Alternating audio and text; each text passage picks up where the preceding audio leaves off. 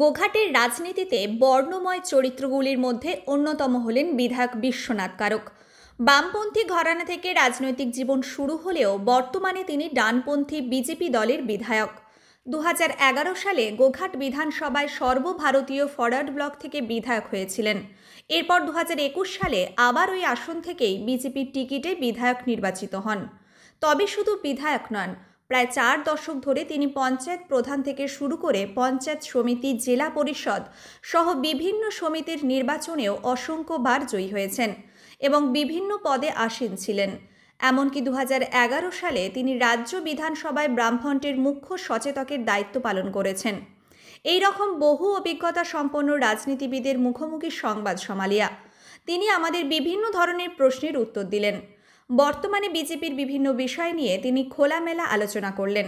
পাশাপাশি মুখ্যমন্ত্রী মমতা ব্যানার্জি থেকে শুরু করে মন্ত্রী ফিরহাদ হাকিম, মন্ত্রী বেচারাম মান্নার সঙ্গে তার সাক্ষাৎ নিয়ে বিতর্কের কথাও উঠে এলো। সেই সঙ্গে বিশ্বনাথ বাবু পরিষ্কার জানালেন, নির্বাচনে দাঁড়ানোর জন্য তিনি কোনোদিন কোথাও কোনো সুপারিশ করেননি, আগামী দিনেও করবেন না। এখন শুনুন দীর্ঘ সাক্ষাৎকারে আর কোন কোন বিষয় উঠে এলো। গোঘাট বিধানসভায় 2021 সাল থেকে ভারতীয় জনতা পার্টির আপনি এমএলএ। এলাকায় আপনার এমএলএ ফান্ডে এখনো পর্যন্ত আনুমানিক কত টাকার কাজ করতে পেরেছেন আর কতটা বাকি আছে, এটা একটু যদি বলেন। 50%-এর ওপর কাজ হয়ে গেছে।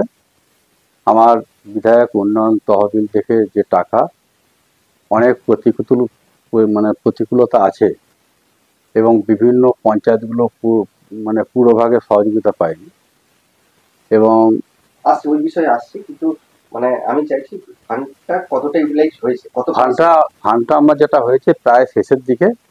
প্রায় টোটাল আমার যা ফান্ড বছরে তো আমার 70 লক্ষ টাকা। এই টাকাটা পাট করে ডিএম এর নিয়ম অনুযায়ী ওরা খরচা করেন, একবারে খরচাটা করেন না। আমার টোটাল যা আছে তার 50%-এর ওপর খরচা হয়ে গেছে, আর যে 50%টা রয়েছে তার 50% মধ্যে স্যাংশন হয়ে গেছে, সেগুলো কাজগুলো হচ্ছে এখন, আর সামান্য কিছু আছে। তো নির্বাচনের আগে সেই ফান্ডটা পুরোপুরি ব্যবহার করা যাবে? না, নির্বাচনের আগে এটা নিয়ম, নির্বাচনের আগে ফান্ডটা পুরোপুরি কোনো বিধায়ক এমপি খরচা করতে পারবে না, কারণ প্রশাসনিক খানিকটা ত্রুটি থাকে। এটা আমার অভিজ্ঞতা থেকে বলছি। আপনি জেতার পর ভোট পরবর্তী হিংসায় অনেক বিজেপি কর্মীরা ঘর ছাড়া হয়েছিল। সেই মুহূর্তে আপনি হয়তো তাদের জন্য কিছু করতে পারেন, কিন্তু এখন সেই কর্মীরা কেমন আছে? না, আমি করতে পারিনি বলে ভুল হবে।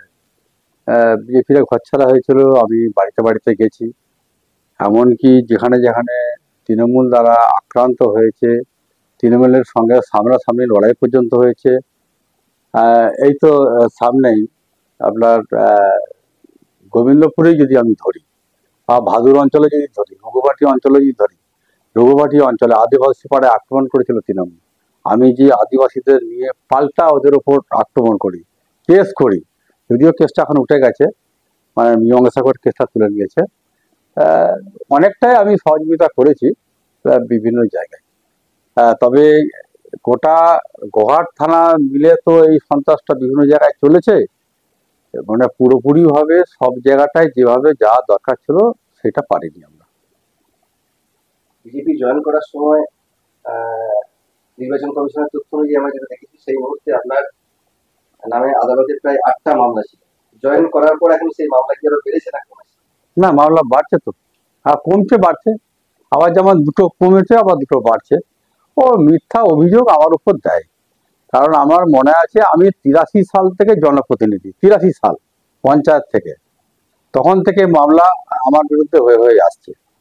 আবার ভারতীয় জনতা পার্টির বিধায়ক হবার পরেও আমার বিরুদ্ধে 3টে মামলা হয়েছে। সেই 3টে মামলা তার উপর চেপেছে, তেমনি পুরনো মামলা আবার দুটো কমে গেছে এবং মিথ্যা। আমি বিধায়ক হিসেবে 12 সালে বিধায়ক হিসেবে বিধানসভায় আছি, আর গোঘাটে এলাকায় গন্ডগোল মারপিট হচ্ছে তৃণমূলের সঙ্গে, তৃণমূলের একজন মার্ডার, আমি সেখানে বসে বসে কেস খেয়ে গেছি। অতএব এরকম মিথ্যা মামলা আমার বিরুদ্ধে দিয়েছে ওরাই। বিরোধী এমএলএ আপনি, এলাকায় কাজ করতে প্রশাসনের তরফ থেকে সাহায্যের কোনো ঘাটতি আছে? না, প্রশাসনিক ব্যাপারে সাহায্যের ঘাটতি আমার কাছে কিন্তু নেই। যেটুকু ঘাটতি আছে প্রশাসনিকভাবে সেটা হচ্ছে যে আহ, অর্থনৈতিক সমস্যা, যেমন এই যে বিধায়ক উন্নয়ন তহবিলের অর্থনৈতিক সমস্যার জন্য কাজ করতে পারেনি। এবং এছাড়াও বিধায়ক উন্নয়ন তহবিল ছাড়াও আপনারা জেনে রাখুন সব থেকে ভালো, এটা আমারও বলা দরকার, যে গোঘাটের প্রায় 15 থেকে 16টা রাস্তা প্রধানমন্ত্রী গ্রাম সড়ক যোজনায় হয়েছে। এটা আমি উদ্যোগটা নিয়েছি, কিন্তু সরকারিগতভাবে উদ্যোগটা আমি নিলেও এখানে বলতে বাধা নাই। শাসক দলের একজন বিধায়ক বা মন্ত্রী তিনি আমাকে সহযোগিতা করেছেন, বেচারাম মান্না, বলতে অসুবিধা কোথায়। এবং তৎকালীন সময়ে তৃণমূলের যিনি সভাধিপতি ছিলেন মেহবুর রহমান, তিনিও আমাকে সহযোগিতা করেছেন। তার জন্য আমি গোহাটে এত রাস্তা করতে পেরেছি এবং পিডব্লিউডির মাধ্যমে আমি রাস্তা করেছি। এবং আরেকটা জেনে রাখা দরকার, খাঁদিঘি থেকে একটা প্রধানমন্ত্রী গ্রাম সড়ক যোজনার রাস্তা হয়েছে। প্রধানমন্ত্রী গ্রাম সড়ক যোজনার কোনো অদৃষ্ট কারণে মুখ্যমন্ত্রীর একটা বড় ছবি দিয়ে পথশ্রী বলে রাস্তাটা আগায়ের মোড়েতে একটা সাইনবোর্ড দিয়ে দেওয়া হলো। অবাক লাগে। আমি বেচারাম মান্নাকে বললাম, এই সব কি হচ্ছে আমার, যেখানে আপনি তো জানেন, আপনি আমার জন্য ফোন করেছেন প্রধানমন্ত্রীর দপ্তরে এবং সল্টলেকে। তা আমার মানে বলতে উনি বসে আলোচনা করতে করতে বেরিয়ে এলো, বললো ও ঠিক আছে তুমি রাস্তাগুলো করছো, আমি আবার ফোন করে দিচ্ছি তাড়াতাড়ি হয়ে যাবে। আমি করুন, তাহলে ভালো হলো আমার।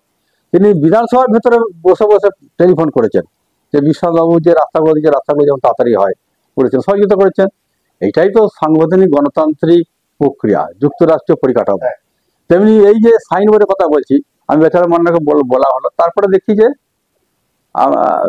মানে আমি কন্ট্রাক্টরদের বললাম যে আপনি ইমিডিয়েট আপনি প্রধানমন্ত্রী গ্রাম সড়ক যোজনার যে রাস্তা হচ্ছে তার সাইনবোর্ড দিন। দেখবেন এখন দেওয়া আছে কত টাকা খরচা হচ্ছে, প্রধানমন্ত্রী গ্রাম সড়ক যোজনার রাস্তা এখন আগায়ের মোড়ে দেওয়া আছে, রাস্তাটা ভালো হয়েছে। এবং বলা হয়েছিল কন্ট্রাক্টরদের যে কেউ যদি তোলাবাজি করতে আসে, পয়সা নিতে আসে, সেই রাস্তা আপনারা করবেন না। রাস্তা কেউ আসেও নেই, রাস্তা ভালো হয়েছে।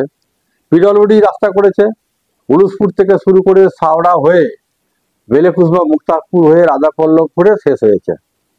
ওখানেও বলেছিল এই রাস্তাটা তো হওয়ার কথা পিডব্লিউডি বালিদেয়ানগঞ্জের রাস্তা হওয়ার কথা, কিন্তু বালিগঞ্জের দেয়ানগঞ্জের রাস্তা যখন আমরা এনকোয়ারি করতে যাই অত খারাপ। যখন এইটা হওয়ার কথা, যখন আমি এনকোয়ারি করতে যাই, মনে থাকবে অনেকে দেখেছে, ভাঙা মন্দির ভাঙা ইট ফেলছে আমাদের সামনে। এনকোয়ারি যখন করতে গেছি তখন অফিসার জিজ্ঞেস করছে কেন এরা ফেলছে, বলছে আপনাকে পরে গিয়ে বলবো, যাতে এই যে আমি এসেছি যাতে রাস্তাটা না হয় তার জন্য ওরা ভাঙা ইট ফেলছে, তাতে রাস্তাটা যাতে না করতে পারে। তখন অফিসাররা বলছে এই তো রাস্তা হলে তো সবাই চলবে, অথচ ফেলার কারণ কি? আমি বলছি ওইটাই কারণ, এরা সংবিধান জানে না, এরা কাজ জানে না, এরা শুধু কাজের বাধা দিতে জানে। নাহলে যে সমস্ত তথ্য অনুযায়ী কাজ করতে হয়, তৃণমূল কংগ্রেস যদি সহযোগিতা চাইতো আমি সহযোগিতা করতাম। এই তো যে রাস্তাগুলো হয়েছে গোহাটের বিভিন্ন জায়গায়, কারা করেছে? তৃণমূলের কংগ্রেসের এই সরকারের আমলেই তো অফিসাররা করেছে রে বাবা। বালিগঞ্জের রাস্তা হয়নি, না হওয়াতে তো উলুসপুর থেকে রাস্তাটা হলো, পিডব্লিউ রাস্তাটা করলেন ওরা। এবারে বালিদেয়ানগঞ্জের রাস্তাটা হবে আশা করছি। আবার পুরনো প্রশ্ন একটু যাই, 2024 সালের নভেম্বর মাসের শেষ দিকে বিধানসভায় আপনার দলের বিধায়করা যখন জোর করে মাইক বন্ধ করার অভিযোগে বিধানসভা ত্যাগ করেছে, তখন আপনি একা বিধানসভার মধ্যে মন্ত্রী বেচারাম মান্নার সাথে আপনি আলোচনায় ব্যস্ত ছিলেন, সে নিয়ে নানান বিতর্ক উঠেছে। এখন পর্যন্ত বেচারাম মান্নার সাথে কাজ করতে গিয়ে কোন রকম সাহায্য এখনো পর্যন্ত পেয়েছেন, বা গোহাটের রাস্তাঘাটের এখন অবস্থা কিরকম আছে?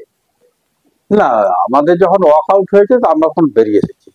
আসার সময়ে কোনো বিধায়ক যদি আমার সঙ্গে কথা বলে, আমি তাকে নিশ্চয়ই কথা বলবো না। গণতান্ত্রিক সংসদীয় রাজনীতি করি আমরা, আর সেই ধরনের হয়তো দেখা গেছে, কিন্তু তা বলে এই নয় আমাদের বিরোধী হিসেবে যে কাজটা দরকার আমরা সেই কাজটা করেছি।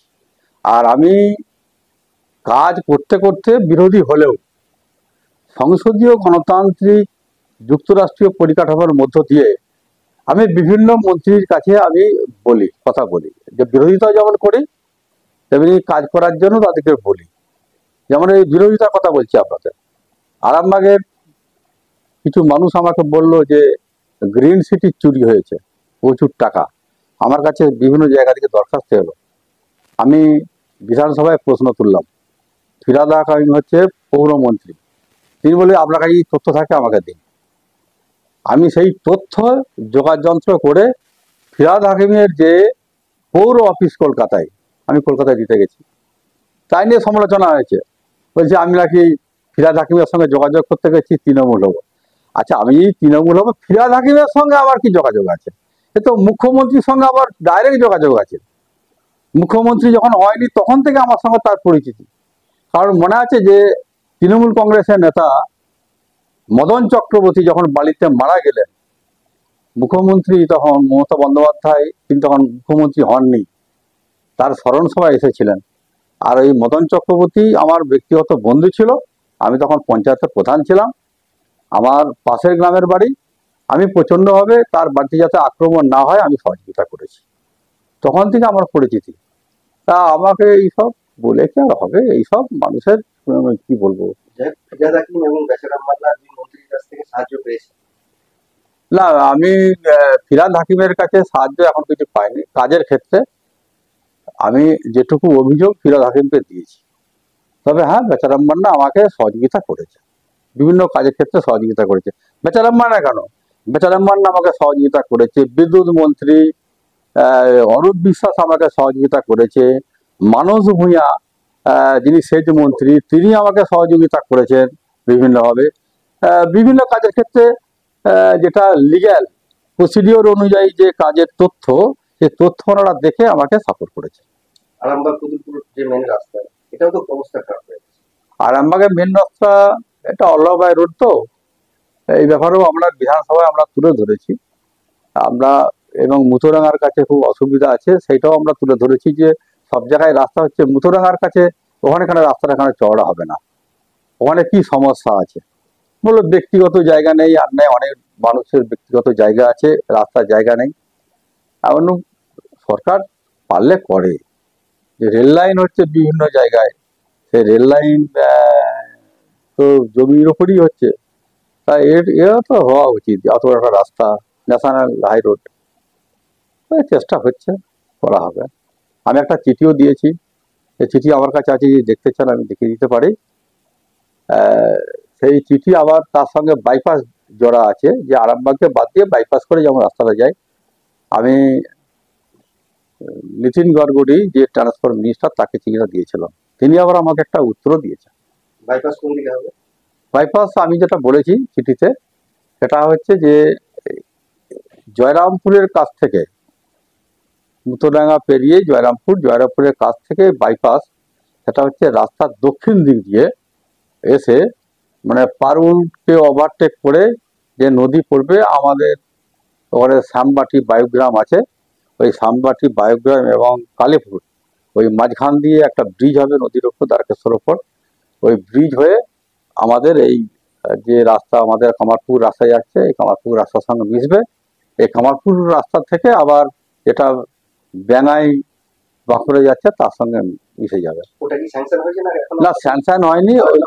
আমাকে চিঠিটা দিয়েছে, ওনারা বলেছে আমরা কোয়ারি করবো। কোয়ারিটা এখন হয়নি, কোয়ারিটা হবে। নীতিন গডকরি চিঠিটা আমাকে দিয়েছেন, জানিয়েছেন যে আমরা এটাকে অ্যাকসেপ্ট করেছি। আমরা আরামবাগে রাস্তার মধ্যে যেভাবে অটো দৌড়াতে পেরেছে বা টোটো দৌড়াতে পেরেছে, এগুলো কি নিয়ন্ত্রণ হওয়ার প্রয়োজন মনে করেন? অবশ্যই, যদি পঞ্চায়েতের অধীনে যদি টোটোগুলো থাকে, তাহলে পঞ্চায়েতের অধিকার আছে টোটোগুলোকে একটা জায়গায় এনে তাদের একটা নিয়ন্ত্রিত ব্যবস্থা করা। আবার পৌরসভা এলাকাতেও যে সমস্ত টোটো আছে, পৌরসভার উচিত তারা সমস্ত টোটোগুলোকে একটা নিয়ন্ত্রিত অবস্থায় তাদের পরিচালিত করা, কিন্তু হয়নি। রাস্তায় যা যানজট করছে, টোটোতে একদম রাস্তায় মানুষ চলতে পারছে না। অ্যাক্সিডেন্ট দিন দিন বেড়ে চলেছে। দিন দিন বেড়েছে, অ্যাক্সিডেন্ট বেড়েছে। টোটোওয়ালা যারা আছে তাদের দৌরাত্ম্য বেড়েছে, এবং অনেক টোটো, সবাইকে আমি বলবো না, অনেক টোটো আছে তাদের ইচ্ছা মতো রাস্তায় দাঁড় করিয়ে দিয়ে তারা চলে যাচ্ছে বিভিন্ন কাজে, এইগুলো ঘটছে। ভাবাদিঘির জট এখনো কাটছে না। বাবাদিকে জট আর কিছু নেই, বাবাদিকে জট পরিষ্কার হয়ে গেছে, এখন শুধু ডিএম এর অধীনে আছে। ডিএম ইচ্ছা করলেই পারে, সেটা হচ্ছে না কেন কথা বলে? সেটা ডিএম এর ব্যাপার, রাজ্য সরকারের ব্যাপার। আমি নিজে চিঠি দিচ্ছি মুখ্যমন্ত্রীর হাতে, আমি আমাদের দেশের যিনি রেলমন্ত্রী অশ্বিনী বৈষ্ণব তার হাতে আমি চিঠি দিয়েছি, আমাদের জ্যোতির্ময় সিং মাহাতো যিনি এমপি আছেন ওর হাত দিয়ে। বন্দে ভারত যে ট্রেন উদ্বোধন হলো হাওড়াতে, সেই দিনই আমি চিঠিটা দিয়েছি। আর এখন পর্যন্ত আইনি জট কিছু নেই, লোকাল জট একটু থাকলে পরে ওটা কিছু নয়, আলাপ আলোচনার মধ্য দিয়ে ওটা কেটে যায়। কিন্তু আপনি বলছেন যেটা সম্পূর্ণ ডিএম ইচ্ছা করলেই হবে। আপনি বলছেন রাজ্য সরকার পারে ওই জট কাটিয়ে দিতে। একেবারে রাজ্য আর কোনো কিচ্ছু জট নেই, শুধু রাজ্য সরকারের অধীনেই আছে যেটুকু জট। গোঘাটে ট্রেনের সংখ্যা খুব কম।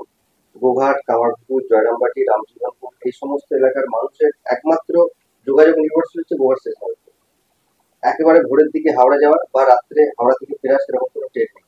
যে ট্রেনগুলি আছে আরামবাগ পর্যন্ত আসে, সেগুলো যাতে গোঘাট পর্যন্ত আনা যায় বা গোঘাট স্টেশনের নিরাপত্তা যাতে বাড়ানো যায়, এই বিষয়ে রেল কর্তৃপক্ষের সঙ্গে কোনোভাবে যোগাযোগ বা কোনো রকম ভবিষ্যতে কিছু করার ইচ্ছা আছে? রেল কর্তৃপক্ষের সঙ্গে ভাবাদিকে কেন্দ্র করে আমার বাড়িতে ওনারা এসেছিলেন, ওরা 3-4 জন আধিকারিক আমার বাড়িতে এসেছিলেন বিষয়গুলো জানার জন্য এবং বিষয়গুলো বোঝার জন্য। আমরা সেই ক্ষেত্রে বলেছি এবং চিঠিও দেওয়া হয়েছে। এবং এটা আপনারা অনেকে জানেন যে আমার সহকর্মী আরামবাগের বিধায়ক তিনি একটা রেল বাড়ানোর জন্য চিঠিও দিয়েছেন এবং তাতে আমরাও সহমত করেছি। তা দেখা যাক, কারণ যদি সত্যি তো রেল যদি না বাড়ে, যাত্রীদের যে ভোগান্তি সেটা হচ্ছে। বিশেষ করে সমস্ত ট্রেন আরামবাগ পর্যন্ত আসছে, কিন্তু গোঘাটটা অল্প ডিস্টেন্স। গোঘাটে যদি ট্রেনটা নিয়ে যায়, এটা হলে গোঘাটে যাবে ইতিমধ্যেই গোঘাটে যাবে, ট্রেন সংখ্যাটা কম। কিন্তু সব থেকে হচ্ছে যেটা সংশয়ে যেটা রয়ে যাচ্ছে সেটা ভাবাদিকে। আজকে একটা আন্তর্জাতিক লেভেলের একটা উন্নয়ন বার খাচ্ছে, এটা আমাদের কাছেও খুব কঠিন, খুব কষ্টের। আজকে যদি এই আন্তর্জাতিক লেভেলের উন্নয়ন ভাবাদিকে রেল যদি চালু হয়ে যায়, কামারপুকুর পর্যন্ত যদি আমাদের ট্রেনটা যায় আর ওদিক থেকে বাঁকুড়া থেকে যদি ট্রেনটা আসে, আমাদের গোঘাটের চেহারাটা কিন্তু বদলে যাবে। এইটাই মানুষকে আমরা জানাচ্ছি, বলছি যে আজকে গোঘাটের যে এক কথায় যে উন্নয়ন এবং সেটা ভাবাদিঘি রেল, এই ভাবাদিঘি রেল চালু হয়ে গেলে আজকে অনেক আমাদের কাজ হবে, অনেক উপকার হবে। আচ্ছা, ব্লক স্তরে বা প্রশাসনিক ভাবে যে সমস্ত প্রশাসনিক সভা হয়, সেখান থেকে আপনি আমন্ত্রণ পান? মাঝে মধ্যে পাই, সব দু একটা, না না সব পাইনি আমরা। সব ব্লক স্তরে আমি খোঁজ নিয়ে দেখেছি মিটিংই হয়নি, হয়তো বছরে একটা দুটো হয়তো জেনারেল মিটিং হয়, কিন্তু সেই জেনারেল মিটিংয়ে আমরা বার্তা পাইনি। বা অন্যান্য যে দপ্তরগুলো আছে, যে সমস্ত আমাদের বিভিন্ন ডিপার্টমেন্টগুলো আছে, তার একটা করে আমাদের স্থায়ী কমিটি আছে, সেই স্থায়ী কমিটিতে চিঠি আমরা একটাও পাইনি, কোনোদিন একটাও পাইনি। সেই একমাত্র জেনারেল মিটিংয়ে দু একটা আমরা পেয়েছি, তাও আমরা বেশ কিছুদিন হয়ে গেল আমরা পাইনি। আর জেলার যে কমিটি, জেলা পরিষদের যে সভা, তার চিঠি আমরা পাই, তার চিঠি আমরা নিয়মিত পাই। আমরা আমাদের বিধানসভা চলাকালীন হলে আমরা যাইনি, বিধানসভা না থাকলে আমরা যাই। গোঘাট থেকে বা কর্মীদের মধ্যে অনেকের বলতে পারি কিছুটা হতাশা আছে যে অনেক ক্ষেত্রে আপনাকে জনসংযোগে সবসময় দেখা যায় না। তো এই বিষয়টা নিয়ে কি করবো? ওটা ভুল ধারণা। আমি কি জনপ্রতিনিধি কি একদিন নাকি? আমি শুধু আজকের বিধায়ক কি আমি একবার হয়েছি? বিধায়ক আমি একাধিকবার বিধায়ক। আর তাছাড়া তার আগে আমি অনেক কাজ করেছি পঞ্চায়েতের লেভেলে, পঞ্চায়েত সমিতির লেভেলে। মানুষের কাজ তো আমাদের হাত দিয়েই সব হয়েছে বিগত দিনে, আর কি নতুন কি কাজ হয়েছে? অতএব জনসংযোগ আমার কাছে ঠিক আছে। আর নতুন নতুন মানুষ তথ্য বার করছে। এখন রাজনীতির কি আছে? কোন দলের রাজনীতির কি আছে? সব লুটে খাওয়া ছাড়া কিছু আছে কি? আমি দায়িত্ব নিয়ে বলতে চাই, অত লুটে খাওয়ার এই দলে আমি নেই। এই লুটে খাবো বা তাদেরকে প্রশ্রয় দিতে হবে, সেই জন্যই পঞ্চায়েত সমিতির মিটিংয়ে আমাদেরকে ডাকে না, বা জেলা পরিষদের মিটিংয়ে আমাদেরকে কম ডাকে, বা অন্যান্য স্থায়ী সমিতিগুলো রয়েছে আমাদেরকে ডাকে না। আমরা বিরোধীটা কিসের জন্য? বিরোধী দল হিসেবে আমরা কেন আছি? ত্রুটি বিচ্ছুতিগুলো তুলে ধরার জন্য। সেই ত্রুটি বিচ্যুতিগুলো তুলে ধরার আজকে লোক নেই, আজকে নেই বলেই আজকে এরকম মনে হচ্ছে অনেকের। অতএব এইসব এইসব জিনিসগুলো একটা প্রচার, বিরোধী বিরোধী পক্ষের একটা প্রচার। আপনার গুয়াহাটি যাওয়ার সময় কিছু কিছু অঞ্চল আছে যেগুলো শোনা যায় আর কি, যে তারা এককভাবে কোনো মিটিং মিছিল বা কর্মসূচি করতে পারছে না। তো এক্ষেত্রে কি এখনো বিজেপির কোনো সাংগঠনিক দুর্বলতা আছে বলে আপনি মনে করেন? দেখুন, আমরা তো রাজনীতি দীর্ঘদিন থেকে করছি। রাজনীতি হচ্ছে মানুষের উপকারের জন্য, মানুষের সঙ্গে থেকে মানুষের আপদে বিপদে ঝাঁপিয়ে পড়া। সত্যি কথা বলতে কি, আমরা সেটা পারিনি। আমরা পারিনি, এই জন্যই পারিনি, রাজনৈতিকভাবে যে প্রক্রিয়া গ্রহণ করার দরকার আমাদের আছে, এইটা আমরা এখনো মানে কুলিয়ে উঠতে পারিনি আমাদের। তবে আস্তে আস্তে হচ্ছে, বিভিন্ন কমিটিগুলো তৈরি হচ্ছে, গঠন হচ্ছে, কাজ করার মধ্য দিয়ে আস্তে আস্তে যাবার চেষ্টা করছি। তবে কতটা পারবো তার সংশয় আছে, এটাও বলছি। কারণ বিভিন্ন জায়গায় তো আপনার মিটিং মিছিল করার অধিকার নেই। এই শাসক দলের তার যা অবস্থা, তাদের নিজেদের মধ্যে দ্বন্দ্ব হচ্ছে এক, আবার নীতিগতভাবে আমরা যদি সেখানে মিটিং করতে যাই, তার একটা আক্রমণাত্মক ভূমিকা শাসক দল করছে। অথবা সেই ক্ষেত্রে অনেকটাই মানে কি বলবো, মানে মিটিং মিছিল বিভিন্ন রাজনৈতিক দলের কাজকর্ম করাটা অনেকটাই কিন্তু অসুবিধা আছে। বামফ্রন্ট থেকে অনেক সময় তৃণমূল বিজেপি সেটিং তত্ত্ব বলে থাকে। সাধারণ মানুষও দেখতে পাচ্ছি ইডি সিবিআই যে সমস্ত যে বিষয়গুলো বিচারাধীন বিষয় আছে বা যেগুলো তদন্ত হচ্ছে, সেই কাজগুলো এখনো পর্যন্ত সেইভাবে হয়ে উঠছে না। তো এই বিষয়টাকে আপনি কিভাবে দেখছেন? না, কোনো সেটিং তত্ত্ব কিছু নেই। এটা সাংবিধানিক সংসদীয় গণতান্ত্রিক প্রক্রিয়ার মধ্য দিয়ে সব চলে। অতএব সেখানে কেন্দ্র সরকারের আন্ডারে যে সিবিআই আছে, সিবিআই কেন্দ্রীয় সরকার যা বলবে তাই শুনবে তা কিন্তু নয়। সুপ্রিম কোর্ট কেন্দ্রীয় সরকারে যারা পরিচালনা করছে তারা যা বলবে তাই করবে তাও কিন্তু নয়। আবার হাইকোর্ট চলছে কলকাতায়, হাইকোর্ট রাজ্য সরকার যা বলবে হাইকোর্ট তাই শুনবে তা কিন্তু নয়। এগুলো মানুষের আমাদের বোঝার ভুল আছে আমাদের। যে যা সংস্থা সেটাই চলে, তবে আইনি প্রক্রিয়ার মধ্য দিয়ে তাকে চলতে হয়। তো তবে এটা আমি বলতে পারি যে ভারতবর্ষের আমাদের 1947 সালের পর ভারতবর্ষে, কারণ আমি রাষ্ট্রবিজ্ঞানের ছাত্র বলেই আমি বলতে পারছি, আমাদের ভারতীয় রাজনীতিতে সাংবিধানিক যে গণতান্ত্রিক প্রক্রিয়ায় যে সরকার পরিচালিত হয়, কেন্দ্রীয় সরকার কিংবা রাজ্য সরকার, তার কথাও আইনি কিছুটা ত্রুটি আছে। সেই আইনি গুলো সংশোধন সংযোজন করতে হয়। অনেক ক্ষেত্রে দেখবেন যে পার্লামেন্টে বা বিধানসভায় মানুষের স্বার্থে কাজ করার জন্য অনেক বিল আনতে হয়। বিল আনা মানেই হচ্ছে একটা আইন তৈরি করা। কারণ বিধানসভার যারা সদস্য তারা আইনসভার সদস্য, পার্লামেন্টে যারা সদস্য তারা আইনসভার সদস্য।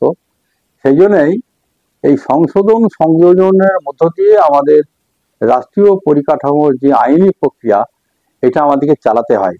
সেই জন্য বিগত দিনে 1947 সালের পর, ভারত স্বাধীনতা হওয়ার পরে 1950-এ যে আমাদের ভারতবর্ষের সংবিধান তৈরি হয়েছিল ডাক্তার আম্বেদকর হাত দিয়ে, তৎকালীন ভৌগোলিক অবস্থান আলাদা ছিল, রাজনৈতিক অবস্থান আলাদা ছিল এবং প্রাকৃতিক পরিবেশ আলাদা ছিল, তার মধ্যে হচ্ছে সংবিধান তৈরি হয়েছে। আর এখন প্রাকৃতিক পরিবেশ, রাজনৈতিক ভৌগোলিক অবস্থানটা অনেকটা পরিবর্তন হয়েছে। অতএব সেই সমস্ত আইনি কিছুটা পরিবর্তন করতে হয়। তার জন্যই কিন্তু আমাদের ত্রুটিটা। আমরা দূর থেকে দেখছি কিছু করছে না, আইনে কিছু হচ্ছে না আমরা বলছি, কিন্তু ঘটনা ত্রুটিটা হচ্ছে এইটাই। কোনো সরকার দ্বারা কিন্তু কোনো আইন পরিচালিত নয়। এখনো সেই সমস্ত ত্রুটিগুলো সংশোধনের প্রয়োজন আছে। অনেক প্রয়োজন আছে, অনেক প্রয়োজন। আইনি ত্রুটি অনেক আছে, অনেক আইনি ত্রুটি আছে। সে আইনি ত্রুটি পরিবর্তন করতে গেলে বা সংশোধন করতে গেলে কেন্দ্র এবং রাজ্য তাদের সমন্বয় থাকা উচিত। কেন্দ্র রাজ্য তাদের সমন্বয় যদি না থাকে, এই আইনি প্রক্রিয়া প্রতিফলিত করতে পারবে না। দিলীপ ঘোষের হাত ধরে আপনি বিজেপিতে জয়েন করেছেন। আর সেই দিলীপ ঘোষ দীঘার জগন্নাথ দেবের মন্দিরে অনুষ্ঠানে গেছেন, মমতা বন্দ্যোপাধ্যায়ের সাথে দেখা করেছেন। এই বিষয়টা আপনি কেমন ভাবে দেখছেন? এইটাকে আমি ধরুন আমার কিন্তু বক্তব্য কিন্তু আলাদা। আমি যেটা বলবো সেটা রাজনৈতিকভাবে আমার বক্তব্য। দিলীপ দা হয়তো আর 4-5 দিন কি 10 দিন বাদে গেলে হয়তো ভালো হতো, সমালোচনা হতো না, এটা ঠিকই। কিন্তু এটা দেখুন, দিলীপ দা গেছেন গেছেন চলে গেছেন, ঠিক আছে, কিন্তু আহ, সেটাকে কিন্তু রাজনৈতিকভাবে কিন্তু আমরা মানুষের কাছে গ্রহণ করাতে পারলাম না। কেন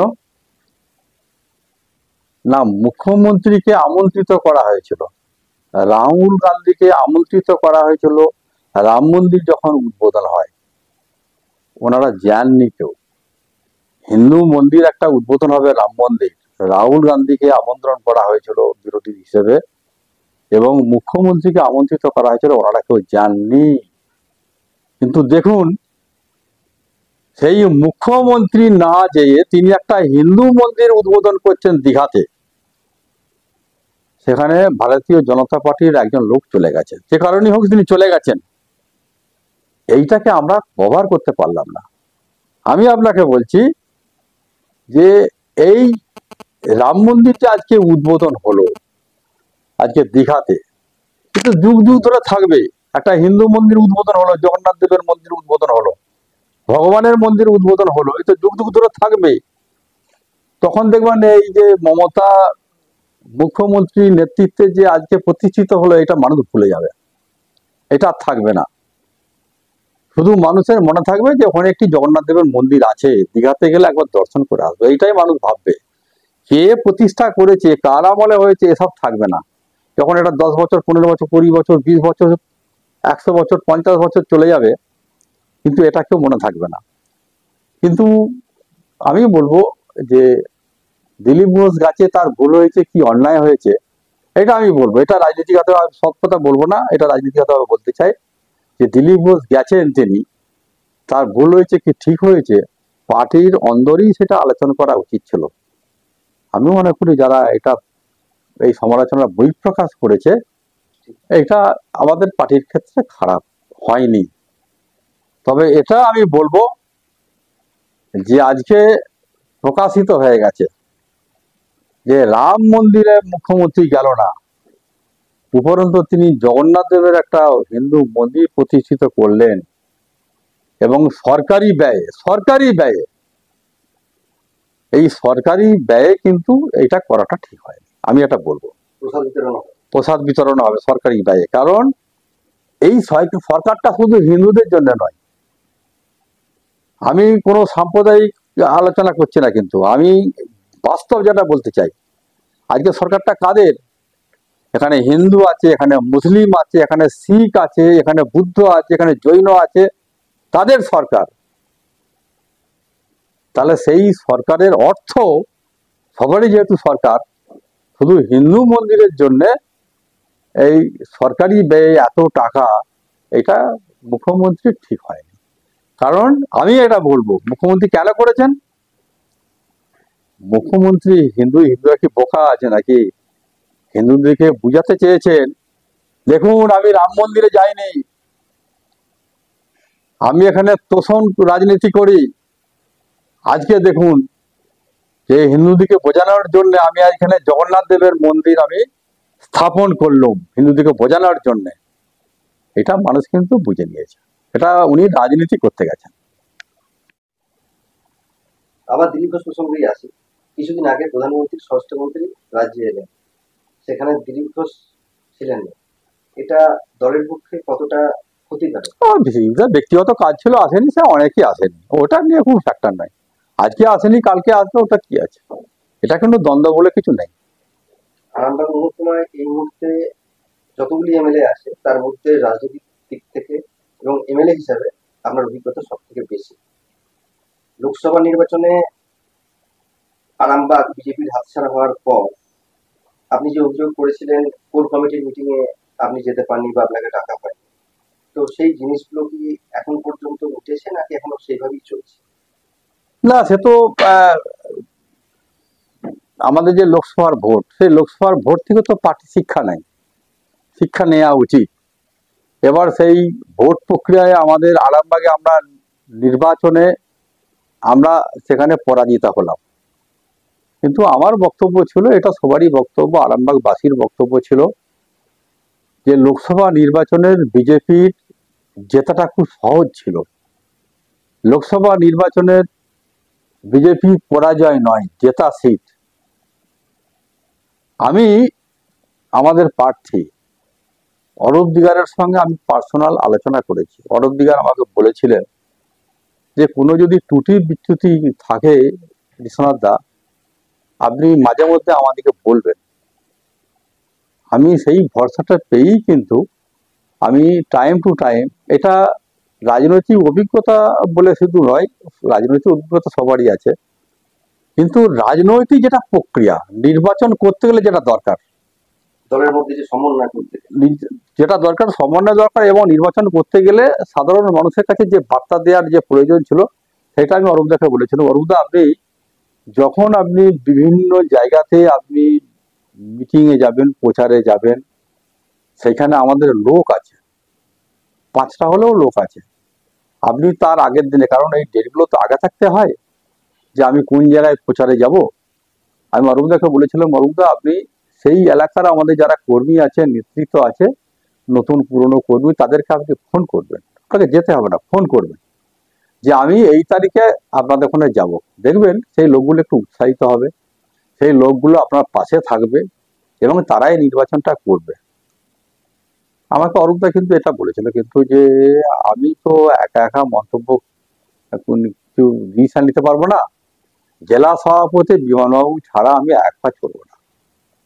আর একটা আমি অরূপদাকে বলেছিলাম যে বিমানবাবু নিশ্চয়ই যাবেন, আপনার প্রচারে যাবেন, বিশেষ বিশেষ ক্ষেত্রে নিশ্চয়ই যাওয়া উচিত, কিন্তু প্রতিদিন জেলা সভাপতি আপনার সঙ্গে ঘোরার দরকার নেই, এটা আমি বলেছিলাম। এলাকার বিধায়ক আজকে আমি কেন বলছি, আমি এটা বলতাম না, কারণ আমার এরকম নীতি নিয়ম আছে, আমি এটা বলিনি কোনো কারোর কাছে। কারণ যেই দিন পরাজয়ের গ্লানি মাথায় নিয়ে যারা নির্বাচনটা করেছিল ওই সময়, তাদের মাথা থেকে ঝেড়ে ফেলে দেওয়ার জন্যে আমি এটা বলবো যে আমাদের জেলা সভাপতি বিমানদার নেতৃত্বে এটা হয়েছে। আমি যদিও সেদিনে পুরোটা আমি বলিনি, তবু আমি সংক্ষেপেই বলছি যে ঝেড়ে ফেলার জন্য, পরাজয় গ্লানি ঝেড়ে ফেলার জন্য একজন মহিলাকে দিয়ে আমাদের গোহাটে তাকে সাংবাদিক সম্মেলন করেছিল, তাকে দিয়ে, এবং কিছু কিছু নেতৃত্বের ওপর দোষারোপ করেছিল, আমাদের এমএলএদের ওপর দোষারোপ করেছিল যে আজকে পরাজয়ের কারণ। সেই জন্যই পাল্টা আমাকে সেটা বলতে হলো, তাহলে আমি বলতাম না। পাল্টা আমাকে বলতে হলো যে পরাজয়ের গ্লানিটা কেন হলো, কারণ ওনারা জানতেন না হয়তো যে আমার কাছে এত তথ্য আছে বলে।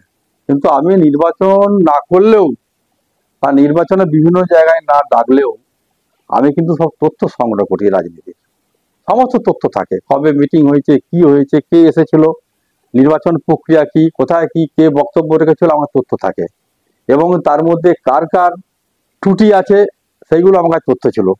তা সেই জন্যই আমি বলেছিলাম অরূপদাকে যে আপনি বিমানদাকে সব জায়গায় যেতে হবে না জেলা সভাপতি হিসেবে, উনি অফিসে থাকুক, আমরা আছি, এতগুলো এমএলএ আছি, এত আমাদের জেলার সদস্য আছে, তাদেরকে দিয়ে আলোচনা করুক, দায়িত্ব ভাগ করে দিই। কিন্তু সেটা করেনি, হয়নি, আমি আর কিছু বলিনি, হয়নি। দ্বিতীয় নম্বর, নির্বাচন হলো, নির্বাচন হওয়ার ক্ষেত্রে যখন নমিনেশন ফাইল হবে, আমি বসে বিমানবাবুর সামনে বসেছিলাম, আমি বলবো যে আপনি নির্দল ফাইল করবেন না, নির্দলকে দেবেন না। আমাদের দুটো নির্দল দেয়া হলো, সেই নির্দল আমি ওকে বোঝালাম যে এইগুলো পঞ্চায়েতে নির্বাচনে হয়, লোকসভা বিধানসভা নির্বাচনে হয় না। কারণ পঞ্চায়েতে নির্বাচনে দেখা যায় যে আমি কোনো পাড়া থেকে যদি আমি 40টা ভোট পাই, বা সেখানে যদি 60টা ভোট যদি আমার বিরোধী পক্ষ পায়, বা কোনো পাড়াতে যদি দেখি যে আমি পাড়াতে আমার ভোটই নাই, হয়তো 5-10টা পাবো, তাহলে আমি কায়দা করে সেই পাড়ার একজনকে নির্দল ফাইল করে দেবো, যাতে ভোটটা সে যাতে কেটে নেয়। এটা পঞ্চায়েতে নির্বাচনে হয়, এটাও বলেছিলাম আমি, এটা পঞ্চায়েতে নির্বাচনে হয়, কিন্তু লোকসভা বিধানসভা নির্বাচনে করবেন না। এটা বিমানবাবু আমার কাছে বলেছে, তো পরিষ্কার বলেছে আমি আজকে বলছি কেন, ওই সাংবাদিক সম্মেলনের পর আমি বলছি, নাহলে আমি বলিনি। আমি বিমানবাবুকে বলেছিলাম যে আপনি এটা করতে যাবেন না, আপনি এই ভোটটা খুব ভুল করছেন। উনি আমাকে বলেছিলেন যে আমাদের এজেন্ট যাবে অনেক, আমাদের ভোটের সময় এজেন্ট থাকবে, আমরা কাউন্টিং অনেক লিড দলের এবং নিজের পার্টির লোকেরা আমরা অনেক এজেন্ট নিয়ে যেতে পারবো। আমি বললো এটা ভুল ধারণা আপনার, আপনি শক্তপোক্ত একটা দলেরই, ভারতীয় জনতা পার্টির দলেরই আপনি এজেন্ট নিয়ে যান, শক্তপোক্ত নিয়ে যান, তাতেই কাজ হয়ে যাবে। কিন্তু এত লোক নিয়ে কিছু আপনার কাজ হবে না, আমি সেদিন বলেছিলাম। কিন্তু শোনেনি, নির্দল দিয়েছিল। আজকে নির্দল কি হলো, 19,000 ভোট কাটলো আজকে, 19,000 ভোট। আজকে সেই ভোটটা যদি থাকতো, আজকে অরূপ দিকে জিততো, এটা জেতা সিট। আজকে আজকে এই যে আমি বলছি না, আমার গা কেঁপে উঠছে। অরূপ দিকে আজকে প্রার্থী ভারতীয় জনতা পার্টির, সে জিতলে সে আমাদের কি কাজ করবে? কিন্তু যে হাওয়াটা সৃষ্টি হতো, আমরা কাজ করতাম, আমরা ডিএম অফিসে গিয়ে টেবিল চাপড়ে কাজ আদায় করতাম। আজকে যদি লোকসভাটা জিততাম, আজকে বিডিও অফিসে গিয়ে টেবিল চাপড়ে কাজ করতাম, আজকে পঞ্চায়েতগুলো আমরা পেতাম। সেইটা আমাদের আশা ছিল। অরূপ দিকের আমাদের কতটা কাজ করবে না করবে সেটা পরের ব্যাপার, কিন্তু হাওয়ার একটা সৃষ্টি হতো ভারতীয় জনতা পার্টির, আজকে শেষ করে দিল। তবে তৎকালীন সময়ে আপনার কথার মান্যতা দেয়নি দেয়নি দল। দেয়নি। এবং সব থেকে বড় কথা কি, কারণ সাংবাদিক সম্মেলন করেছিল বলেই বলছি, নাহলে আমি বলতাম না। তো সেই অবস্থায় আমাদেরকে 3 জন বিধায়ক, সুশান্ত গোস্বামী, মধুবাবু, আমাদেরকে কাউন্টিং এ ডাকা হলো না। কাউন্টিং এ আমাদের মানে বাদ রইলো, আমাদের 3 জনকে কাউন্টিং এ ডাকা হলো না। সুশান্ত বাবু, মধুবাবু ভোটের প্রচার থেকে ওরা আমাকে বলতেন, বিশ্বনাথ আমাদেরকে ডাকে নিয়ে কি হবে গো, ডাকে নিয়ে কি হবে গো, তাহলে কি আমরা কি একটু একটু বলবো নাকি ওপরে? আমি বলবো এই ভোটের সময় আপনি এই কথাটা বলবেন, বিস্ফোরণ ঘটাবেন? আমি সুশান্ত ঘোষকে বললাম যে আপনি আর এইসব নিয়ে বিক্ষোভ করতে যাবেন না, আপনি নিজের মনোমতো যতটুকু পারবেন কাজ করুন, আমিও আমার মতো করব। মধুবাবুকে বললু আপনিও আপনার মতো করবেন। কেন? আমি সুশান্ত বাবুকে বললু আপনি পঞ্চায়েত আপনার দখলে আছে, অরূপ বাবু জিতলে আপনি হাওয়াটা যে পাবেন, পঞ্চায়েত কাজগুলো ভালো করতে পারবেন, আপনাকে এখন এই বিস্ফোরণ ঘটাতে হবে না। কেন ডাকেনি, কেন হয়নি, এখন করতে গেলে অরূপ বাবুর ভোট কমবে, আপনি এটা করবেন না। আমরা যদি এখন বিস্ফোরণ ঘটাই, কেন ডাকেনি, কেন হয়নি, কেন নির্বাচনে আমাদের বক্তৃতা দিতে দেওয়া হয়নি, কেন আমাদেরকে প্রচারে আমাদের ডাকেনি মিটিং এ, কেন আমাদেরকে কাউন্টিং এ ডাকা হচ্ছে না, এইসব করতে গেলে অরূপবাবুর ভোট কমবে। অতএব আপনি আপনার মতো করে করুন, আমি আমার মতো করে করি, মধুবাবুর মতন করুন। সেই জন্যই আমরা করেছি। আর আমরা যদি বিস্ফোরণ ঘটাতাম যে কেন ডাকা হয়নি, অরূপবাবু কত ভোটে হেরেছে, তার 5 ডবল ভোটে হারতো। সেই জন্য আমরা চুপচাপ ছিলাম। এই সাংবাদিক সম্মেলন হওয়ার পরে এই মুখটা আমাকে খুলতে বাধ্য করলো না। তাহলে এই যে পরাজয়, এই পরাজয় থেকে পার্টি কি শিক্ষা নিয়েছে নাকি সেইভাবে আগের মতোই? সেটা পার্টি শিক্ষা নিচ্ছে কি না নিচ্ছে সে আর কি করে বলবো। আমাদেরকে মাঝে মাঝে মিটিং এ ডাকে, তাই আমরা মিটিং এ যাই এবং যেটুকু পার্টি আমাদের কাজ দেয় আমরা করি, এছাড়া আমাদের কিছু ব্যাপার নেই। কোথায় দুর্বলতা আছে সাংগঠনিক, সেই জিনিসগুলো করে জানাচ্ছেন? দুর্বলতা থাকলে না, পার্টির দুর্বলতা থাকলে আমরা বলি।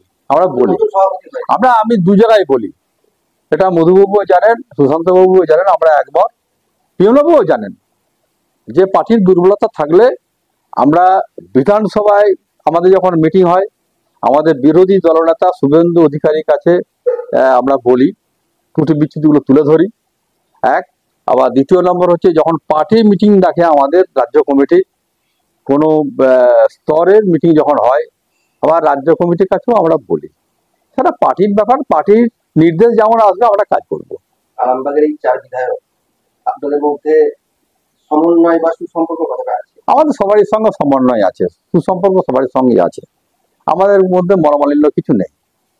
এই যে বিমানবাবুর সম্বন্ধে আপনি যেটা বললেন, তো এই ঘটনা ঘটে বিমানবাবুর সঙ্গে আমার সমন্বয় আছে। যখন বললেন, যখন বিমানবাবু বুঝতে পারলেন, তো এই ব্যাপারটা কোনো অনুতপ্ত যেটা ঠিক হয়নি? সেটা অনুতপ্ত কি আমি বলতে পারবো না, সেটা রাজ্য কমিটি জানে এবং জেলা স্তরে যারা নেতৃত্ব তারা জানেন। কারণ আমাকে নিয়ে তো কিছু আলোচনা হয়নি, আমি এটা বলবো যে আমাকে নিয়ে যেহেতু আলোচনা হয়নি, অতএব সেটা আমি বলতে পারবো না। এবারে আলোচনা ওদের হয়েছে কিনা, যা এইসব ত্রুটি বিচ্ছুতিগুলো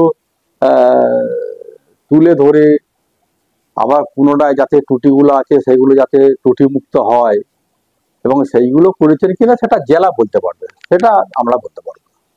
2026-এ আবার তো নির্বাচন হবে, তো গোঘাট কি বিজেপির পক্ষে ধরে রাখা সম্ভব হবে, কি মনে করছেন? দেখুন, এটা শুধু মানুষ বলবে ধরে রাখতে পারবে কি না পারবে। তবে আমি আমার কথা বলি, আমি তো অনেকদিন থেকে নির্বাচনে দাঁড়াচ্ছি। আমি আমার ব্যক্তিগত মত এটা, কারণ এটা জেনে রাখুন, লোকসভা নির্বাচন কি বিধানসভা নির্বাচন, আমাদের পার্টির একটা নিয়ম আছে যে দরখাস্ত করতে হয়, আবেদন করতে হয় যে নির্বাচনে দাঁড়ানোর জন্য।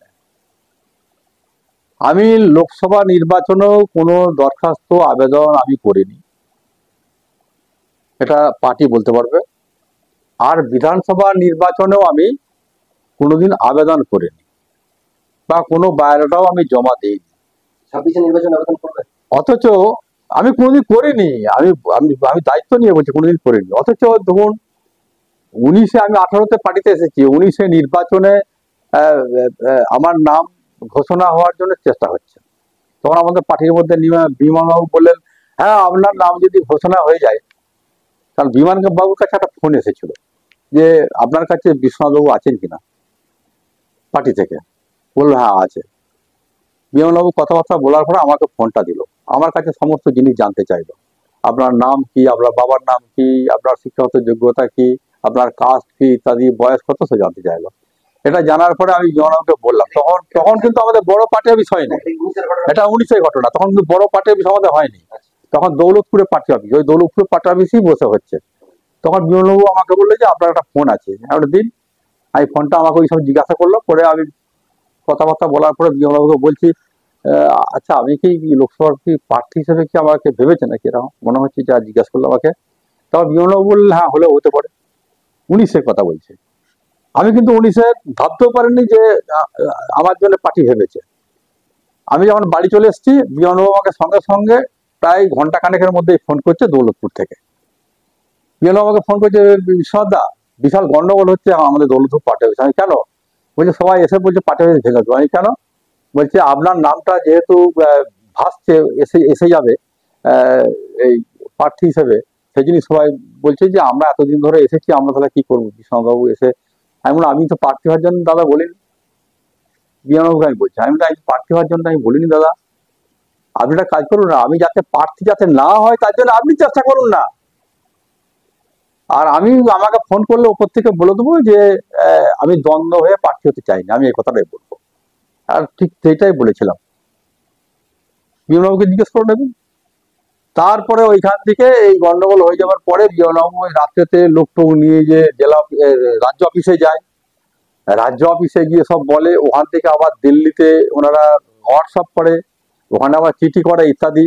আমাকে দিল্লি থেকে ফোন করে, আমাকে দিলীপ ঘোষ ফোন করে, নানা রকম ফোন করে যে কি ব্যাপার। আমি দেখুন দ্বন্দ্ব করতে চাইনি, আমি ভারতীয় জনতা পার্টি এসেছি 18 পঞ্চায়েতের নির্বাচনে আমার উপর যে আক্রমণ ছিল তার জন্য। কারণ বিধানসভার আপনাদের সঙ্গে যোগাযোগ হয়েছে, শ্রমিক ভট্টাচার্য তখন একজন বিধানসভার এমএলএ বিধায়ক বিজেপির, আমি তখন অপোজিশন চিফ হুইপ বিধানসভার। অতএব সে সূত্রে পরিচিতি, দিলীপ ঘোষের সঙ্গে পরিচিতি। অতএব আমি তো চাইনি যে আমি 19-এর, আমি ভাবতেও পারিনি যে 19-এর লোকসভার আমি প্রার্থী হব। কিন্তু আমার নামটা এসে গেছে, যাক আমি পার্টিকে ধন্যবাদ দিচ্ছি, কিন্তু আমি দ্বন্দ্ব হয়ে হতে চাইনি। এই কথা বলার পর তারপরে বিমানবাবু লোকজন নিয়ে গিয়ে আবার চিঠি করেছে ওপরে দিল্লিতে, পরিবর্তন হয়েছে, তপনবাবুর নাম ঘোষণা হয়েছে তারপরের দিন, একদিন পর। তো সেও তো গন্ডগোল হলো, সেও তো আমার মনে হয় যে কি গন্ডগোল হয়েছে ভগবান জানে। সেবারেও আমাদের জেতার আমাদের সম্ভাবনা বেশি ছিল। আবার তারপরে আমাদের 21-এর নির্বাচন। এই 21-এ যে বিধানসভা নির্বাচন, এই 21-এ বিধানসভা নির্বাচনেও কিন্তু আমি কাউকে আমি বলিনি আমি প্রার্থী হব, কাউকে আমি বলিনি যে আমি প্রার্থী হব কি আমাকে প্রার্থী করা হোক, আমি বিধানসভায় লড়বো, আমি কাউকে বলিনি। একদিন হঠাৎ আমাকে বিমানবাবু ফোন করলেন, হঠাৎ কি না আমি গ্রামের বাড়িতে আছি, বিমানবাবু ফোন করলেন, উনি তখন জেলা সভাপতি। বিমানবাবু ফোন করলেন, বিশ্বনাথদা আপনি একবার আমার আরামবাগের বাড়িতে চলে আসুন। ওই বিস্কুট ফ্যাক্টরির কাছে তখন উনি ভাড়া ছিলেন। আমি গিয়ে দেখলাম যে ওখানে দিলীপ ঘোষ এসেছে। আমি বিমানদাকে কি ব্যাপার গো, আমাকে ডাকলেন, বলে দিলীপদা এসেছে, আপনাকে ডাকেছি, দিলীপদা কি বলবে এই ব্যাপার। বিমানবাবু আমাকে ফোনটা করেছিল, তো আমাকে খেতে টেতে বললো। আমি বলবো না, আমি খাবো না, আমি খেয়ে এসেছি।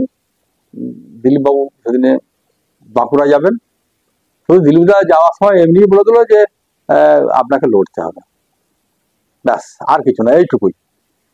কোথায় লড়তে হবে, কিভাবে লড়তে হবে, এটা বলেছিলেন।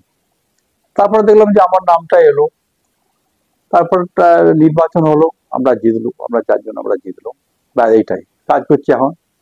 এবারে আপনাকে আমি লাস্ট বলি, আমি এই যে এবারে 26-এ যে ভোট হবে, এই ভোটে তো আমি আমার থাকবে না, আবেদন করা থাকবে না, আমি আবেদন করবো না, কাউকে কাছে বলবো না, সুপারিশও করবো না। পার্টি যদি আমাকে মনে করে আমাকে করতে পারে, তবে আমি আপনাকে বলি এটা আমার মনের ব্যাপার, কারণ পার্টির তো বাইরে আমি যাবো না, এটা আমার মনের ব্যাপার। আমি আর নির্বাচনে আমার ইচ্ছা নাই দাঁড়ানো। আমি তো অনেকদিন থেকে আছি জনপ্রতিনিধি হিসেবে, কাজ অনেক করলাম। এই করার ক্ষেত্রে আমার এইটাই হচ্ছে আমার একটা অ্যাসেট। এবং এতদিন জনপ্রতিনিধি 83 সাল থেকে অনেকের জন্ম হয় না, 4 বার পঞ্চায়েতের, এবং পঞ্চায়েত একাধিকবার, পঞ্চায়েত সমিতি পরিচালনা করেছি, আমি জেলা পরিষদ পরিচালনা করেছি, একাধিকবার বিধায়ক। আমি আপনার এইটাই হচ্ছে আমার অ্যাসেট, আমার গর্ব, যে এতদিন জনপ্রতিনিধি থাকাকালীন কারো হিম্মত হবে না যে বিশ্বনাথ কারো জনপ্রতিনিধি হিসেবে কাজ করতে গিয়ে কারো কাছ থেকে 5টা পয়সা নিয়েছে, কারো কাছ থেকে 10টা টাকা নিয়েছে, এটা কেউ বলতে পারবে না। এটাই আমার অ্যাসেট। সেই জন্য আমি চাইছি যে আমার মানুষ জানে আমি আর রাজনীতির আর কোনো অস্তিত্ব নাই কোনো রাজনৈতিক দলের।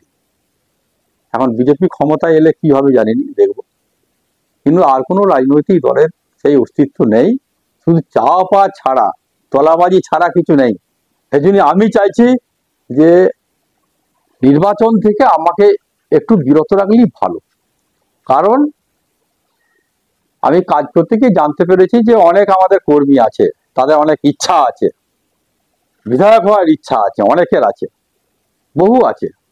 যে মাধ্যমিক পাস নয় তারও ইচ্ছা আছে, যে গ্র্যাজুয়েট তারও ইচ্ছা আছে, যে আবার সই করতে পারেনি এমনও আছে, তারও ইচ্ছা আছে।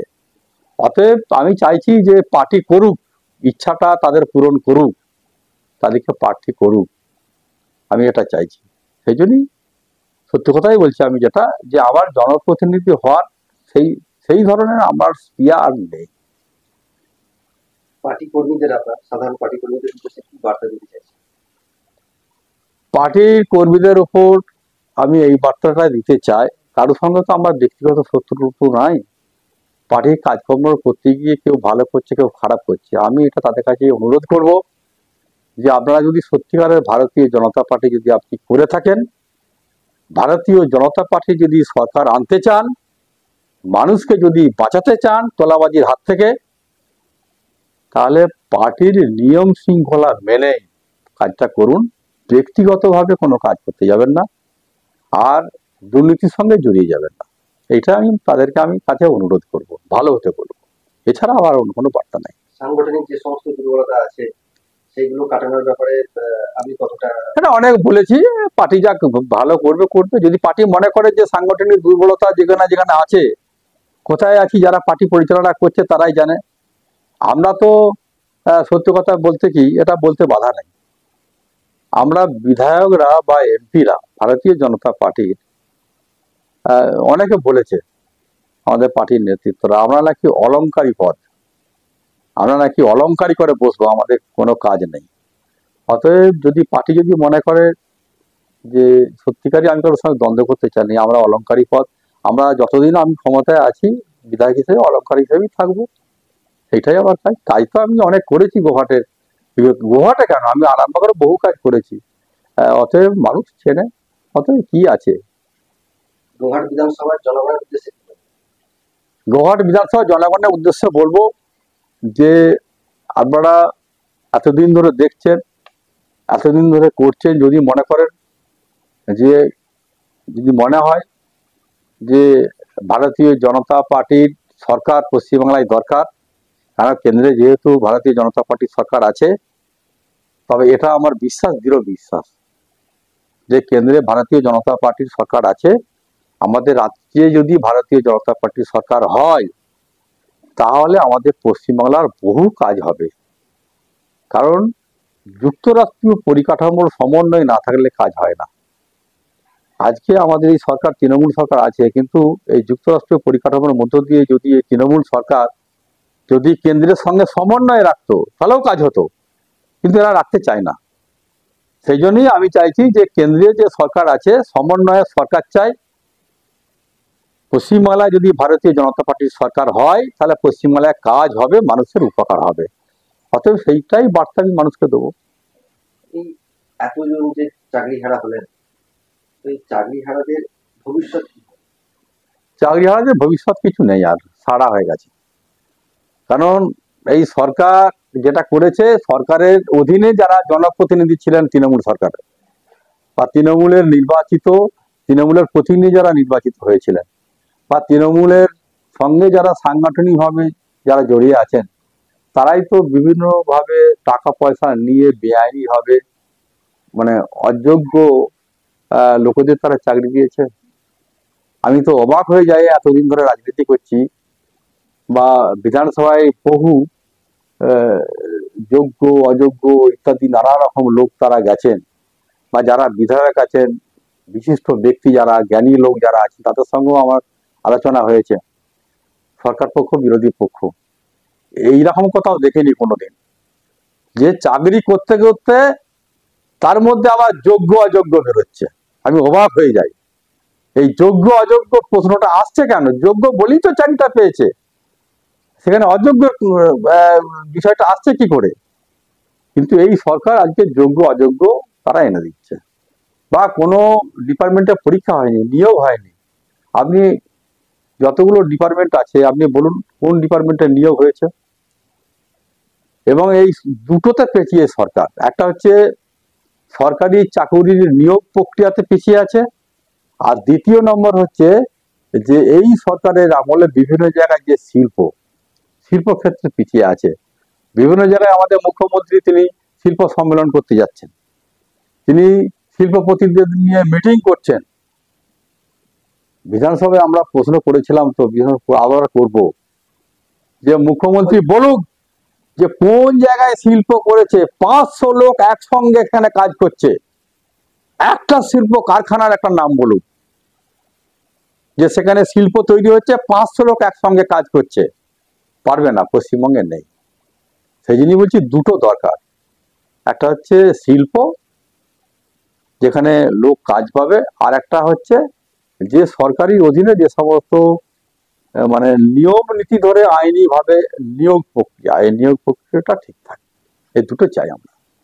আপনি তো এতবারের বিধায়ক, তো এখনো পর্যন্ত এরকম জীবনে কোনো আক্ষেপ আছে যে যেটা প্রতিশ্রুতি দিয়েছেন অথচ কাজ করতে উঠতে পারেননি, যে কোনো কারণে কিন্তু কাজ করতে উঠতে পারেননি, এরকম কোনো আক্ষেপ আছে? না, আমি কোনো প্রতিশ্রুতি কাউকে দিইনি। আমি বলেছি কাজ যেমন আসবে সরকারি আমরা করব। প্রতিশ্রুতি কিছু আমার কাছে নেই যে আমি প্রতিশ্রুতি দিচ্ছি তোমার কাছে এটা করে দেবো, তোমাকে এটা করে দেবো, কিছু নেই। আমি এটা বরঞ্চ বলেছি যে আমার কাছে যেটুকু কাজ আসবে সেটুকু কাজ আমি দেখবো করে দেওয়ার জন্য, এবং আপনারা যেটা বলছেন আমি চেষ্টা করব। আমি কিন্তু এই যে চেষ্টা করব, যে চেষ্টা করব বলে আমি যে বসে আছি তা না, কিন্তু আমি কিন্তু তার প্রক্রিয়া গ্রহণ করি সেই প্রক্রিয়া আমি করেছি, সরকারের কাছে করি, আমি কেন্দ্রীয় সরকার বা রাজ্য সরকারের কাছে আমি করি, চেষ্টা করেছি। শেষ প্রশ্ন করছি, আরামবাগের আমরা 4 বিধায়ক, আরামবাগকে জেলা করা, এই নিয়ে বিধানসভায় কি কোনো আলোচনা আমরা শুনতে পাবো? একাধিকবার আমি প্রশ্ন করেছি আরামবাগকে জেলা করা। শুনুন, আরামবাগকে আমার প্রশ্ন ছিল, মানে মূলত 6টা প্রশ্ন ছিল আমার, একবারে মূলত যেগুলো স্থায়ী প্রশ্ন, যে আরামবাগ হসপিটালকে এখানে মেডিকেল কলেজ করতে হবে, এটা আমার প্রস্তাব ছিল। যাক, সেটা হয়েছে। এই প্রস্তাবটা সবাই করেছে, আমি একা বলে নয়, যারা জনপ্রতিনিধি সবাই চাই যে আরামবাগ মেডিকেল কলেজ করতে হবে। আমি 11তে যখন নির্বাচনে বামফ্রন্ট সরকার পরিবর্তন হয়ে যাওয়ার পরে যখন সরকার পরিবর্তন হওয়ার ক্ষেত্রে আমি প্রথম কিন্তু আমি বলেছিলাম, আমার সঙ্গে তখন তৃণমূলের বিধায়ক আপনার কৃষ্ণচন্দ্র সাঁতরা, আমি যখন এই প্রশ্নগুলো করি কৃষ্ণচন্দ্র বলেছিল আপনি আমার সঙ্গে সহমত করুন, আমি এই যে বলছি যে আরামবাগ হসপিটালকে মেডিকেল কলেজ করতে হবে, আপনি আমার সঙ্গে সহমত করুন। উনি আমাকে বলেছিলেন আমি তো সরকারের বিধায়ক, অতএব আপনার সঙ্গে সহমত করা আমার চলবে না। উনি উনি কথা বলেছিলেন। আমি বলছি আপনি করুন, আমি সহমত করবো। বলছে না, তাও চলবে না। হ্যাঁ, কিন্তু কাজের ক্ষেত্রে বিধায়করা এটা বলা উচিত, কিন্তু জানি না কৃষ্ণবাবু কি করেছিলেন। এরকম এরকম অনেক প্রশ্ন ছিল, যেমন একটা গেল। দ্বিতীয় নম্বর প্রশ্ন যে আরামবাগ ঘাটার মাস্টার প্ল্যান কাজ কবে কার্যকারিতা হবে, এটাও আমি বলেছিলাম। আমি যখন 11 সালে যখন এই প্রশ্নটা করেছিলাম, 12 সালে দেখছি যে ঘাটাল মাস্টার প্ল্যান থেকে আরামবাগ বাদ। আমি কৃষ্ণবাবুকে বলেছিলাম ঘাটাল মাস্টার প্ল্যান থেকে আরামবাগ বাদ দিয়ে দিলেন এই সরকার। এবং তৎকালীন সময়ে আমাদের আরামবাগের পৌর চেয়ারম্যান স্বপন নন্দীকেও বলেছিলাম, স্বপনবাবুকে বলেছিলাম যে স্বপনদা ঘাটাল মাস্টার প্ল্যানকে বাদ দিয়ে দিল, এটা দেখুন একটু। আমাদের গোহাটের যিনি পঞ্চায়েত সমিতির সভাপতি ছিলেন মনোরঞ্জন পাল, ওনাকেও আমি বলেছিলাম, মানে তারা তো আমার থেকে বড়। আমি কিন্তু কাজের ক্ষেত্রে বলি, আমি মনোরঞ্জনবাবুকে বলেছিলাম মনোরঞ্জনদা, আমি তখন নিয়মিত আমি পঞ্চায়েত সমিতির মিটিংয়ে যেতাম। মনোরঞ্জনবাবু আপনার ঘাটাল মাস্টার প্ল্যান কিন্তু বাদ হয়ে গেল আরামবাগ, দেখুন। সেই থেকে বাদ। মাঝে মাঝে প্রশ্ন করি, কখনো উত্তর পায়, কখনো উত্তর পায়নি। এবারও মানুষ বাবুকে প্রশ্ন করেছিলাম, সেচ মন্ত্রী রাজীব বাবু যখন সেচ মন্ত্রী ছিলেন, তার ইঞ্জিনিয়ারকে দিয়ে আমার সঙ্গে বুঝিয়েছিল আরামবাগের চিত্র বুঝিয়েছিলাম।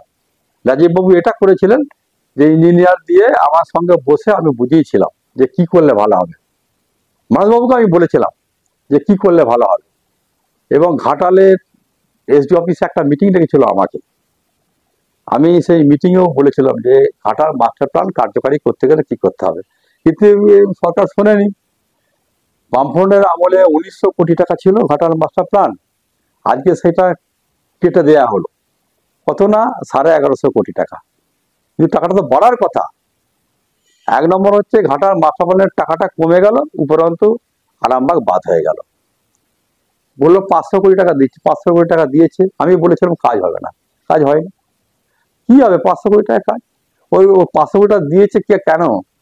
তৃণমূল কংগ্রেসের যারা তোলাবাজি যে সমস্ত কর্মীরা আছে তৃণমূল কংগ্রেসের ওই এলাকার, মেদিনীপুর ঘাটাল ওই সব এলাকার যারা তৃণমূল কংগ্রেসের নেতা নেত্রী আছে, এই 500 কোটি টাকা দেওয়া মানে 100 দিনের কাজ বন্ধ, তোলাবাজি করতে পারছে না।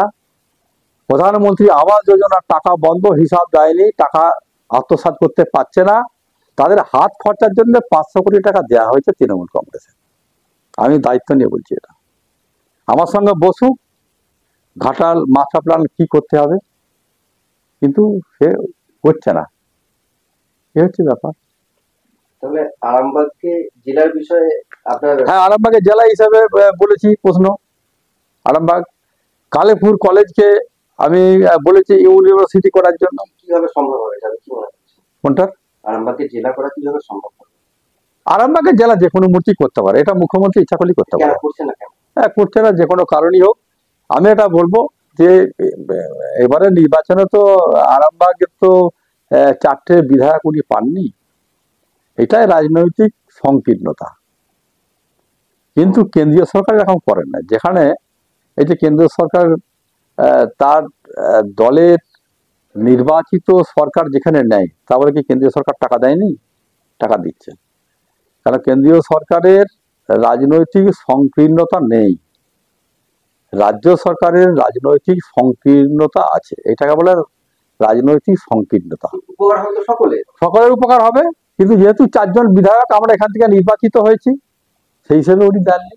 এই বিষয়ে আমরা বিধায়করা কতটা তৎপর? আরামবাগকে জেলা আমরা জেলা করার হিসেবে আমরা তৎপর, উপকার তো আমরা পাবো, আমাদের ছেলে মেয়েরা পাবে। তো সেখানে না করার কি আছে, না বলার কি আছে? আমরা আজ বিধায়ক আছি, কাল থাকবো না, তাতে কি হয়েছে?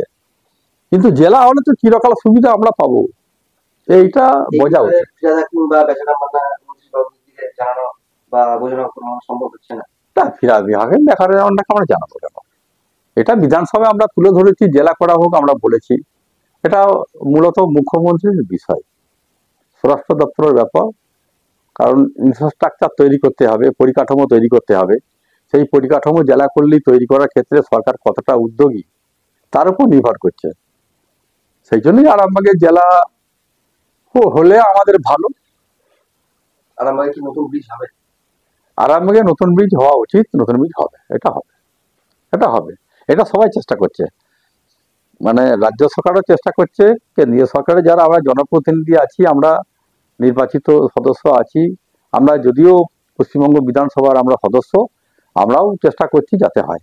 আমি দুটো যেটা আমি আগে বলেছিলাম যে আমি দুটো চিঠি দিয়েছিলাম, তখন আমার একটা চিঠি আমি ট্রান্সপোর্ট মিনিস্টার নীতিন গডকরিকে দিয়েছি, আর আমাকে বাইপাস ব্রিজ সহ তার চিঠি আমাকে পাল্টা দিয়েছে নীতিন গডকরি, যে বিষয়টাকে অ্যাকসেপ্ট করেছে এবং পরবর্তীকালে তারা চেষ্টা ভাবনা করে দেখবেন, কোয়ারি করবেন, আমাকে বলেছে।